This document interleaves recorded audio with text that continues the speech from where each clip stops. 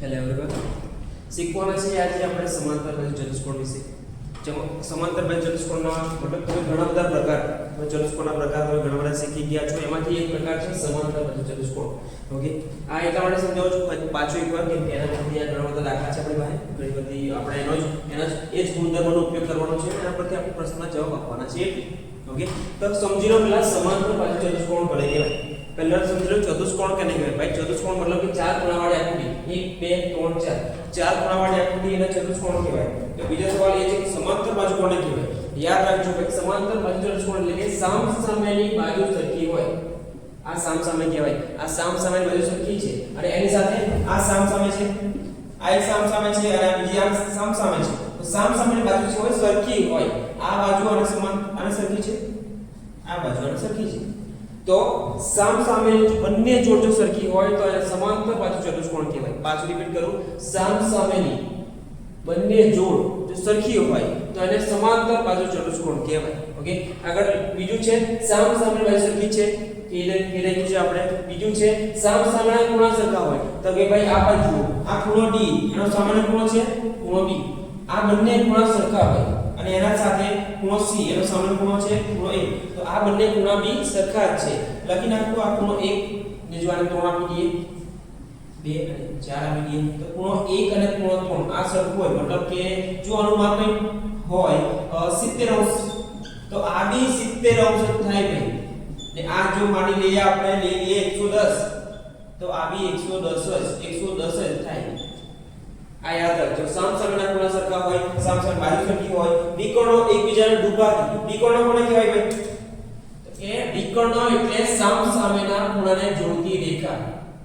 સામસામેના ખૂણાને જોડતી રેખા, સામસામેના ખૂણાને જોડતી રેખા. આ AC જે છે એ વિકર્ણ છે.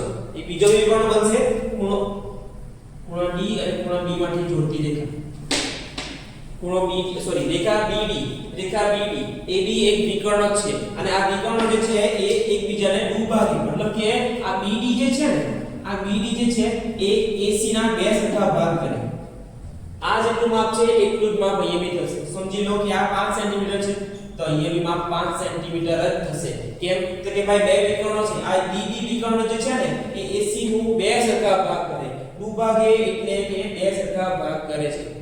બીજું છે નેક્સ્ટ છે પાસના ખૂણાનો સરવાળો 180 થાય. આ સમજાયું છે. પાસના ખૂણા એટલે આ થઈ ગયા સામસામેના. આ પાસના ખૂણા એટલે કે પાસના ખૂણાનો સરવાળો, પાસના ખૂણાનો સરવાળો હંમેશા 180 જ થાય. 180 જ થાય. તેથી તેમને એકબીજાના પૂરક કોણ કહેવાય. કેવી રીતે થાય, કેવી રીતે એનો આન્સર 180 આવે છે એના વિશે આપણે વાત કરી છે. ઓકે, આ યાદ રાખજો. ચાર મુદ્દા છે સમાંતર બાજુ ચતુષ્કોણ એટલે કે પેરેલોગ્રામ માટે. આ ચાર મુદ્દા યાદ રાખો અને આ આન્સર તમે જાતે બનાવશો.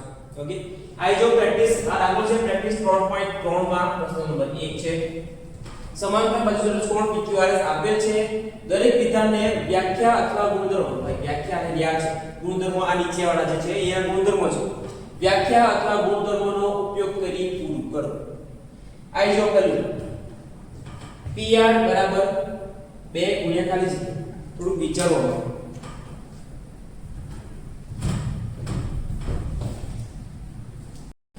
જો અહીંયા PR ક્યારે જોઈશું? આ P અહીંયા એટલે કે આ વિકર્ણ જે છે, આ વિકર્ણ જે છે એના એ કોના બે ગુણા થાય છે. તમારા મગજમાં આવતું છે કે SO અને OQ ના બે ગુણા થાય. કંટ્રોલ ભાઈ, આ તો અલગ બની જાય. આ જે છે એના સરખા ભાગ તો આ કરે છે એટલે આ અને આ બંને સરખા ભાગ થાય. તો અહીંયા આન્સર આવશે OP. બે વાર OP અથવા બે વાર OR. પણ અહીંયા આપણને ઓપ્શનમાં આપ્યા છે OR કાં OS. OS તો ઓપ્શનમાં આવવાનો નથી એટલે આવશે OR. બે વાર OR કરો ને તો આ તમને આખી PR મળે. તો આન્સર આવશે OR. આગળ OQ. OQ બરાબર કોણ થાય? પહેલા જોઈ લો OQ ક્યાં છે. આ છે મારો OQ. OQ આયા આ O અને Q આ રેખા. એના બરાબર બીજી કઈ રેખા થવાની છે? આન્સર ક્લિયર છે OS. આગળ છે OR. એને બરાબર કોણ થાય છે? ભાઈ આન્સર તમારે જાતે લખવાનો છે. આવું નથી કરવાનો. PQ ને સીધી અથવા PQ ને બરાબર કોણ રેખા થાય? તો કઈ બાજુ થાય? PQ જે છે એક બાજુ છે.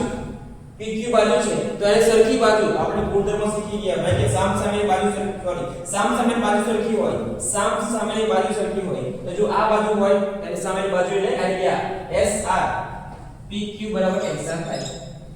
આગળ છે PS. PS શું છે? તો PS ની બાજુ છે, બાજુની સામસામેની બાજુ એટલે કે આ બાજુ લખી નાખવાનું ભાઈ. આગળ છે માપ ખૂણો PSR અને બાજુ વચ્ચે માપ ખૂણો PSR. PSR એટલે PSR આપો PSR જે વચ્ચે હોય એ ખૂણો કહેવાય. હેડો તો PSR આ ખૂણો છે એના બરાબર કયો ખૂણો થાય તો આના બરાબર કોણ થાય. બીજો ગુણધર્મ ભાઈ સામસામેના ખૂણા સમાન હોય. જો તમે આ ખૂણો આપ્યો હોય તો એના સામેના ખૂણો એટલે Q. એને તમે આ લખ્યો PQR અથવા RQT તમે જેમ લખો માંગો એ સાચું છે. માપ ખૂણો PQR એને સમાન થાય. કેમ કે ભાઈ સામસામેના ખૂણા છે. આવી જાઓ નેક્સ્ટ. માપ ખૂણો SPQ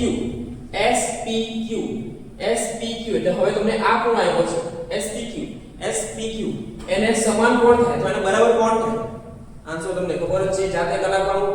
આવી જાઓ નેક્સ્ટ. માપ ખૂણો PQR આવી જાઓ પાછો એકવાર PQR એટલે કે આ રાખો ત્યાં આપજો ગ્રીન માર્કર લઈ લેજો. માપ ખૂણો PQR એટલે આ રાખો અને બીજો એક ખૂણો આવ્યો છે માપ ખૂણો SRQ એટલે આ રાખો. આ બે ખૂણા છે તો એનો સરવાળો કરવાનો છે. એનો સરવાળો કેટલો થાય? આન્સર મને લાગે 360 આવશે. હા કે ના? પણ અહીંયા જો ભાઈ પાસના ખૂણાનો સરવાળો 180 થાય. કેમ? તો કે આ પૂરક કોણ છે એટલે આ બંને એકબીજાના પૂરક કોણ છે અને પૂરક કોણનો સરવાળો હંમેશા 180 થાય. તો આન્સર આવશે 180 અંશ. ચલો નેક્સ્ટ પ્રશ્ન જોઈ લઈએ આપણે. નેક્સ્ટ પ્રશ્નમાં શું કીધું છે આપણને કે નીચેના સમાંતર બાજુ ચતુષ્કોણમાં x y અને z શોધો. સમાંતર બાજુ ચતુષ્કોણ પહેલા પકડી રાખજો. તમને ચતુષ્કોણ આપી દીધો છે. કયો છે? સમાંતર બાજુ ચતુષ્કોણ. અને આપણે થોડા ગુણધર્મ ખબર જ છે કે ભાઈ સામસામેની બાજુ સરખી હોય, સામસામેના ખૂણા સરખા હોય ને જે વિકર્ણ હોય એક બીજાને ડૂબા.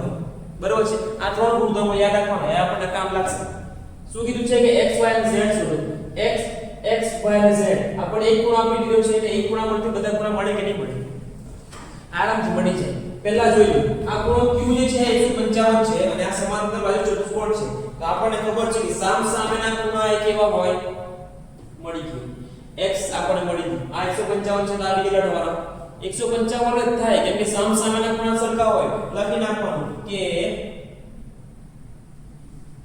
સમાંતર બાજુ ચતુષ્કોણના સામસામેના ખૂણાઓ સમાન હોય. તેથી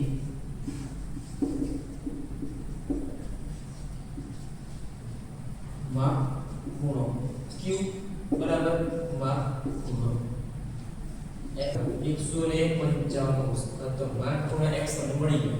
આ થઈ ગયો 155. ચાલો નેક્સ્ટ શું કીધું છે આપણને? y અને z વિડિયો શોધવાના છે. તો આપણને એવી ખબર છે કે પાસના ખૂણા તમે આ પાસનો ખૂણો લ્યો કે આ પાસનો ખૂણો લ્યો એ પાસના ખૂણા એકબીજાના પૂરક કોણ કહેવાય. અને પૂરક કોણનો સરવાળો હંમેશા 180 થાય. બરાબર છે? આ બે ખૂણાનો સરવાળો 180 થવો જોઈએ. અથવા તો તમે આ બે ખૂણા લઈ લો.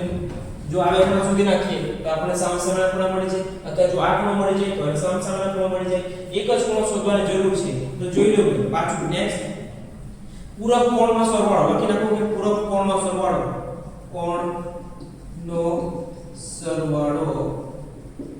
180 થાય.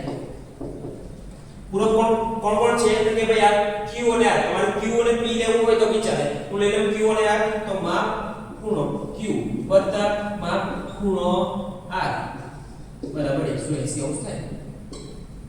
180 અંશ. અહીંયા જોઈ લેજો માપ ખૂણો q નું માપ આપણને ખબર છે કેટલું છે 155 અંશ વત્તા નથી ખબર લખી નાખો બરાબર 180. હવે આપણને ખબર છે 155 બરાબર ને બાજુ લઈ જાવ તો ઋણ થઈ જવાનું નેગેટિવ થઈ જવાનું. માપ ખૂણો આ 180 ઓછા 155. જો આપણે આની બાદબાકી કરીએ તો તમારો આન્સર આવશે 25 અંશ. મતલબ આપણે માપ ખૂણો આપણે ખૂણો r મળી ગયો છે. ખૂણો r એટલે કે z મળી ગયો છે. તો z z નું માપ જો 25 હોય તો આનું માપ બી કેટલું આવવાનું? કેમ કે સામ સામેના ખૂણા સમાન હોય. બધા જ ખૂણા મળી ગયા છે આપણને. તો લખી નાખવાનું કે x બરાબર થઈ ગયા 155, y બરાબર થઈ ગયા 25 અને z બરાબર થઈ ગયા. આ ખબર છે. પ્રશ્ન 2 આના પછીનો છે બીજી આકૃતિ છે નંબર 2 એ તમારા માટે હોમવર્કમાં છે એ જાતે કરવાનું એના જેવું જ છે.